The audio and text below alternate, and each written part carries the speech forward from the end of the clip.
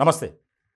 తెలంగాణలోని నల్గొండ జిల్లాకు సంబంధించినటువంటి ఓ యువతి, ఆమెకు పోలీస్ జాబ్ అంటే చాలా ఇష్టం. ఇలాంటి సందర్భంలో గతంలో కానిస్టేబుల్ ఎగ్జామ్‌కి ప్రిపేర్ అయింది, వెళ్ళింది. కానీ సెలెక్ట్ కాల.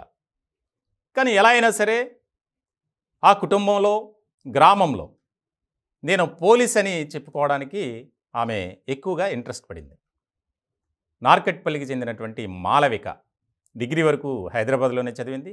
దానికి సంబంధించి చాలా కీలకమైనటువంటి అంశం ఏంటంటే, రైల్వేలో ఎస్ఐగా నాకు ఉద్యోగం వచ్చింది అని చెప్పి 2018 నుంచి అక్కడ గ్రామస్తులని, కుటుంబ సభ్యుల్ని నమ్మించింది.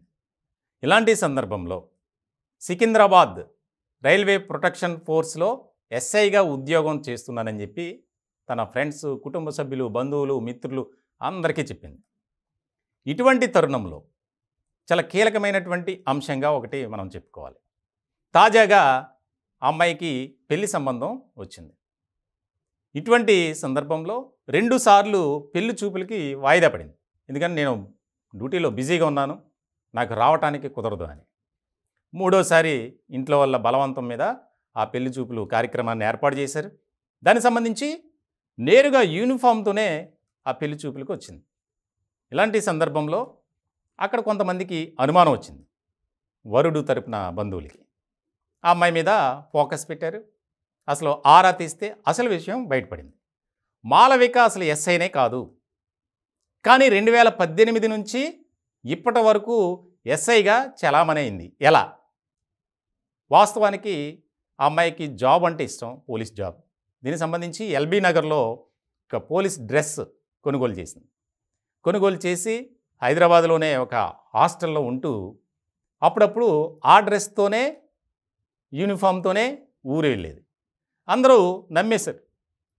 దానికి సంబంధించి కొంతమంది ప్రముఖులతో కూడా ఫోటోలు దిగింది. ఆ అమ్మాయికి ఉన్నటువంటి సోషల్ మీడియా ప్లాట్ఫామ్స్లో ఆ ఫోటోలను పోస్ట్ చేయటం, స్టేటస్ పెట్టుకోవడం, ఇట్లా అందరూ నమ్మారు. కానీ ఒక్కసారిగా ఈ పెళ్లి చూపుల తంతుతో వ్యవహారం బయటపడింది. ఇంతకీ 2018 నుంచి ఆమె ఎస్ఐగానే చలామణి అయింది. గత 2 ఏళ్లుగా ఉద్యోగాల పేరుతో మోసం చేసింది, కొంత డబ్బులు కూడా వసూలు చేసింది అనేది ప్రధానమైనటువంటి ఆరోపణగా ఈ మాలవిక మీద ఉంది. మనం చూస్తున్నాం స్క్రీన్ మీద ఫొటోస్. ఎక్కడా కూడా ఎవరికి అనుమానం రాకుండా ఉంది.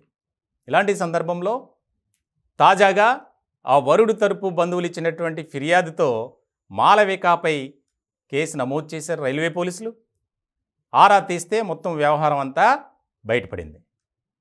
తాజాగా పోలీసులు ఆమెను అరెస్ట్ చేసి విచారించగా, నేను ఎవరిని మోసం చేయలేదు, కానీ నాకు పోలీస్ జాబ్ అంటే ఇష్టం కాబట్టి ఈ రకమైనటువంటి పని చేశాను, నన్ను క్షమించండి, మన్నించండి, వదిలేయండి అని. కానీ చట్టం ఊరుకోదుగా. ఇలాంటి సందర్భంలో ఆమెపై కేసులు నమోదు చేసి అరెస్ట్ చేసి జైలుకి పంపారు. అంటే ఆ అమ్మాయి చేసింది ఎంతవరకు కరెక్ట్ అనేది పక్కన పెడితే గనక, పోలీస్ జాబ్ అంటే ఇష్టం, ఇంట్రెస్ట్, కానీ అవకాశం లేదు. ఇంట్లో వాళ్ళని నమ్మించాలి, బంధువులకి పోలీస్ అని చెప్పాలి, గ్రామస్తులు కూడా నమ్మించాలి. ఇలాంటి సందర్భంలో యూనిఫామ్తో తిరగటం, ఆ యొక్క బంధువుల ఇళ్లల్లో జరిగే కార్యక్రమాలకి అటెండ్ కావడం, ఇట్లా ఆమె మీద వచ్చుతున్నటువంటి ఆరోపణలు ఎంతవరకు వాస్తవమో తేల్చే పనిలో పడ్డారు పోలీసులు. మొత్తానికైతే మాలవికను రైల్వే పోలీసులు అరెస్ట్ చేశారు. ఈ సందర్భంగా ఎప్పటి నుంచి ఈ యొక్క కొనసాగింపు అనేది జరుగుతుంది అనేది కీలకమైనటువంటి వ్యవహారాలపై ఫోకస్ పెట్టారు.